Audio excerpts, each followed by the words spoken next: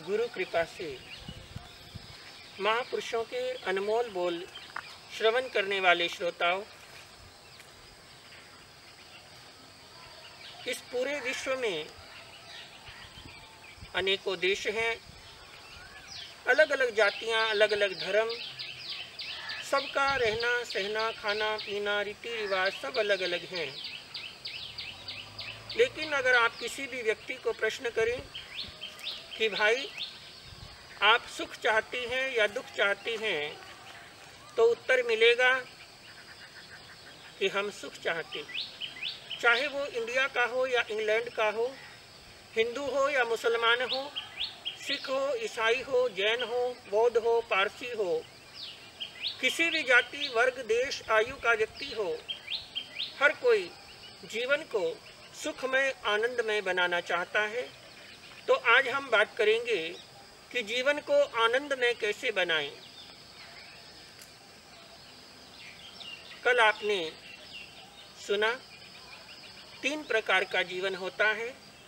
एक वो जीवन जो क्रोध के द्वारा जिया जाता है, दूसरा जीवन जो बोझ समझकर जिया जाता है, तीसरा जीवन जो आनंद के साथ, अहोभाव के साथ जिया जाता है।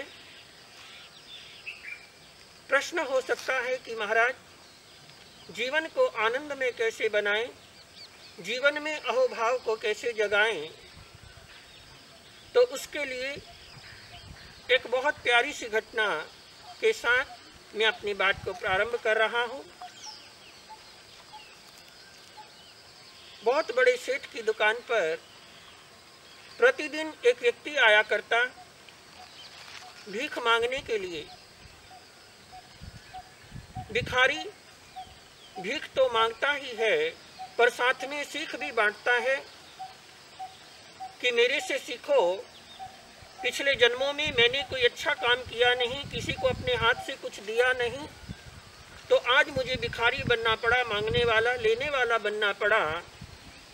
आज आपको प्रभु की कृपा से, गुरु की कृपा से, धर्म के प्रताप से अगर लक्ष्मी मिली है, वैभव मिला है, ऐश्वर्य मिला है, तो आप उसका अभिमान ना करें, बल्कि उसके सदुपयोग का विचार रखें।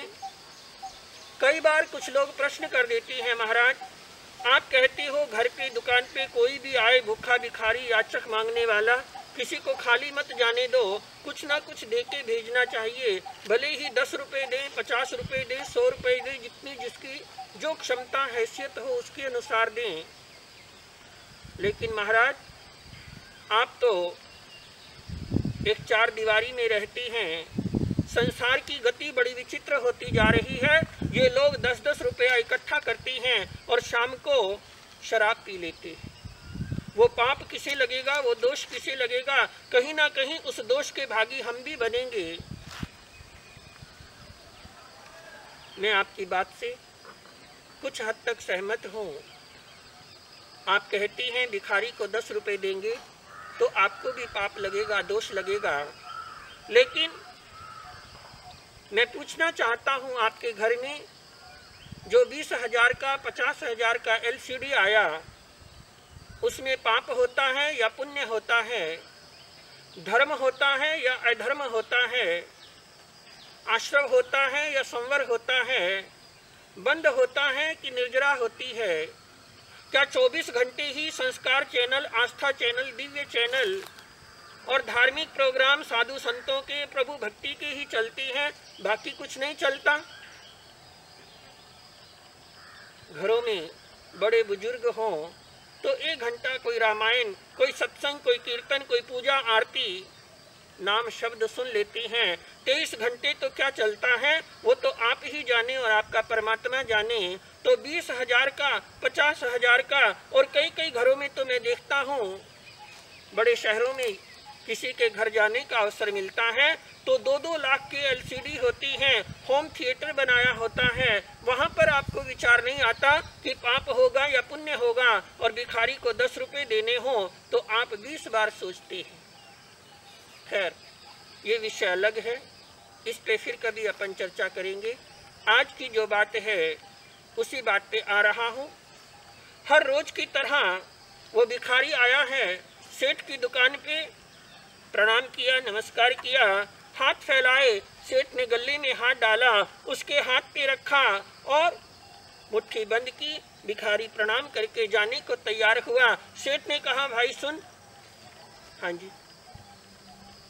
तुम हर रोज आते हो, कभी सुबह, कभी दोपहर, कभी शाम को। मैं जो भी देता हूँ तुम बड़े प्रेम से ले जाते हो। चाहे 5 का नोट आए तुम शिकायत नहीं करते, कभी 50 का 100 का नोट भी आ जाए तो तुम कभी उछलते नहीं, हमेशा अपनी मस्ती में रहते हो, हमेशा प्रसन्न रहते हो। मेरे मन में कई दिनों से एक शंका है, एक जिज्ञासा है। हाँ बोलिए सेठ जी, क्या पूछना चाहते हैं, क्या बात है? भाई मेरे पास मकान है, दुकान है, बैंक बैलेंस है, पद प्रतिष्ठा, इज्जत, मान सम्मान है, सब कुछ है, दुनिया के सब साधन हैं, सुविधाएं हैं, लेकिन मेरे मन में सुख नहीं, शांति नहीं, आनंद नहीं। और मैं तुम्हें देखता हूँ, तुम्हारे पास ना मकान है, ना दुकान है, ना बैंक बैलेंस है, यहाँ तक कि भीख मांग के तुम गुजारा करते हो। और तो और एक पांव से तुम लाचार हो,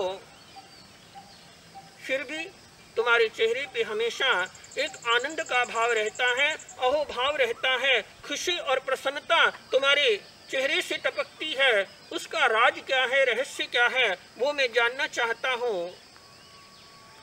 भिखारी मुस्कुराया, कहने लगा, सुनो सेठ साहब,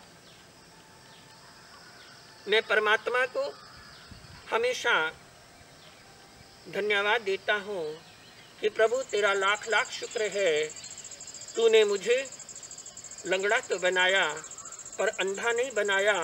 अगर अंधा बना देता तो फिर मैं क्या करता। इतना कह के वो भिखारी तो चला गया, पर सेठ विचार करने लगा कि इस भिखारी ने कितनी बड़ी बात मुझे बता दी, कितनी सरलता से, आसानी से बता दी। दुख में से सुख को खोजने का मंत्र यही है। जो हमें मिला है उसके लिए हम परमात्मा का धन्यवाद करें, शुक्रिया अदा करें, पर हम उल्टा करते हैं। जो नहीं मिला उसकी शिकायत तो करती हैं, पर जो मिला है उसका कभी शुक्रिया अदा नहीं करती हैं। तो अपने मन में, अपने जीवन में परमात्मा के लिए हमेशा प्रार्थना करें, उसका शुक्रिया अदा करें। पता नहीं जीवन में कभी ये मौका मिला या नहीं मिला। आइए मेरे साथ आज 2 लाइनें गुनगुनाइए और उसके साथ मैं अपने विषय को विराम दूंगा। हो सकता है आप सभी को वो लाइनें याद हों, आपने बहुत अच्छे से सुनी होंगी, फिर भी भक्ति के साथ, मस्ती के साथ गुनगुना लेते हैं। मुझे मेरे दाता ने सब कुछ दिया है, मुझे मेरे दाता ने सब कुछ दिया है, तेरा शुक्रिया है, तेरा शुक्रिया है, तेरा शुक्रिया है, तेरा शुक्रिया है। आइए, हमने शिकायत तो अनेकों बार की, आज शुक्रिया अदा करें प्रभु का। अपने मन में अपने इष्ट को, आराध्य को, परमात्मा को, प्रभु को, गुरुदेव को याद करते हुए मन में ये भाव लाएं, किया कुछ न मैंने शर्मसार हूँ मैं, किया कुछ न मैंने शर्मसार हूँ मैं, तेरी रहमतों का कर्जदार हूँ मैं, तेरी रहमतों का कर्जदार हूँ मैं।